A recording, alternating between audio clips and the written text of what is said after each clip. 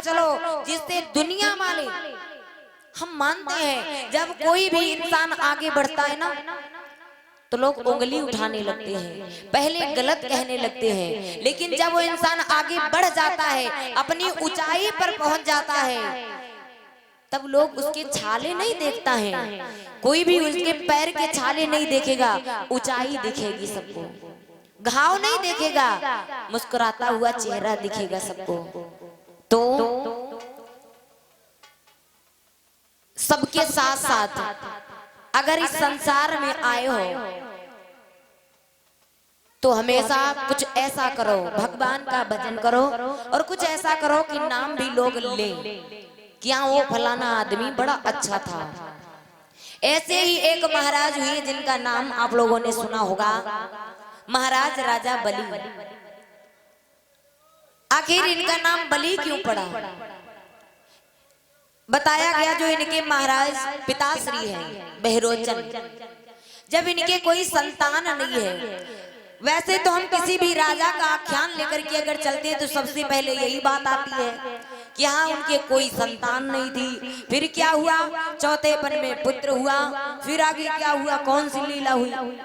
तो सबसे पहले यही बात कि उनके कोई पुत्र नहीं था, कोई संतान नहीं थी, किसी को दे दिया तो न जाने कितने कच्चे बच्चे दे दिए, और नहीं दिया तो एक बिटिया तक नहीं दिया।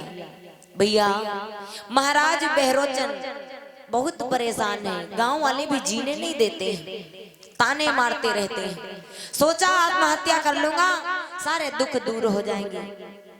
आत्महत्या की सोच करके आज महाराज बहरोचन जंगल की तरफ आए, और जंगल में आने के बाद जैसे सोचा कि अब मैं मर जाऊंगा, जल में कूद जाऊं या फांसी लगा लूं, एक संत जी मिले और संत जी ने पूछा, अरे बेटा तुम कहाँ जा रहे हो और क्यों जा रहे हो?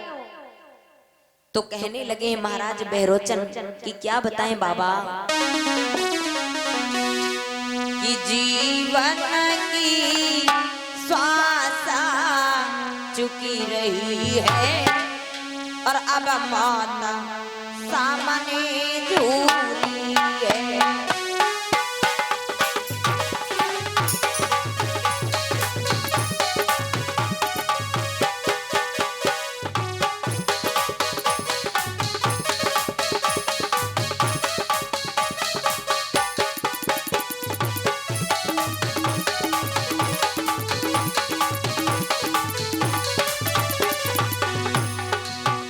जीवन की श्वास चुकी रही है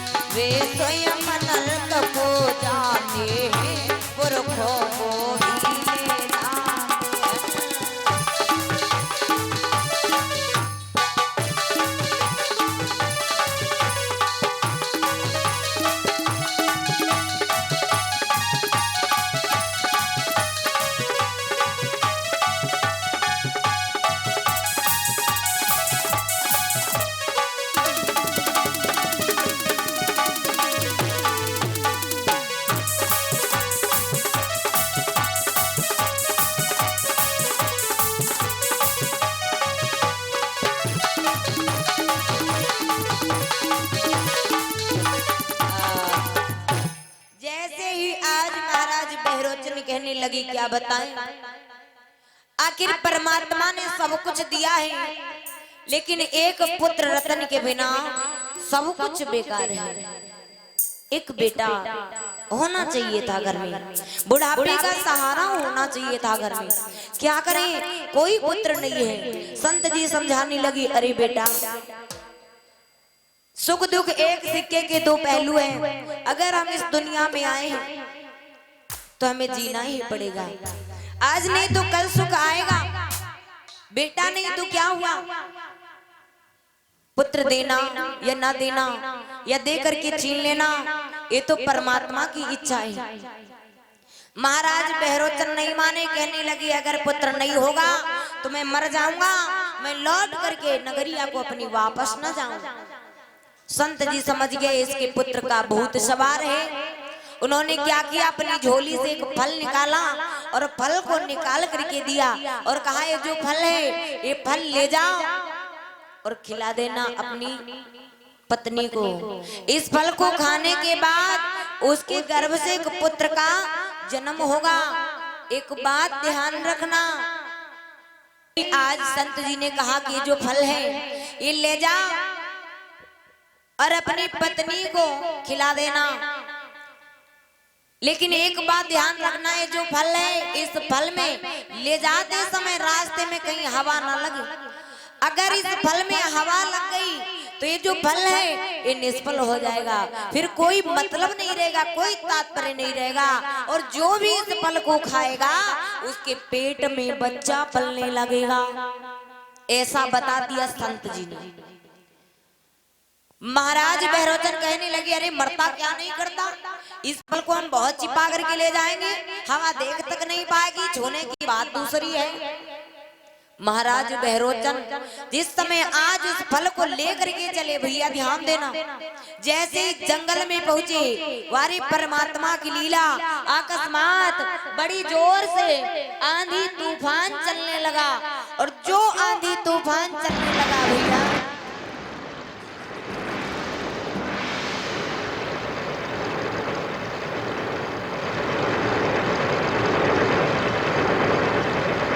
और जैसे ही भैया आंधी तूफान चलने लगा तो उसी समय आर बा जंगल के बीच में तब आंधी आई गई भारी।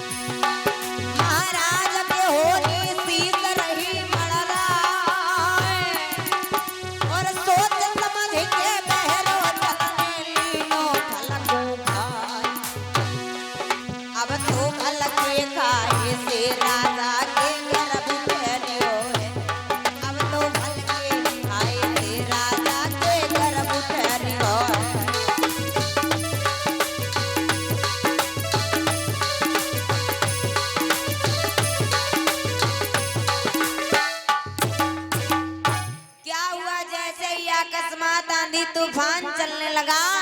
महाराज बहरोचन मन में विचार करने लगे कि आखिर जो फल है, इस फल में अगर हवा लग गई तो संत जी का कहना है कि जो फल है ये फिर निष्फल हो जाएगा, फिर कोई मतलब नहीं रहेगा, तो मेरा मरना ही भला होगा। सोच समझ करके महाराज बहरोचन ने उस फल को खा लिया।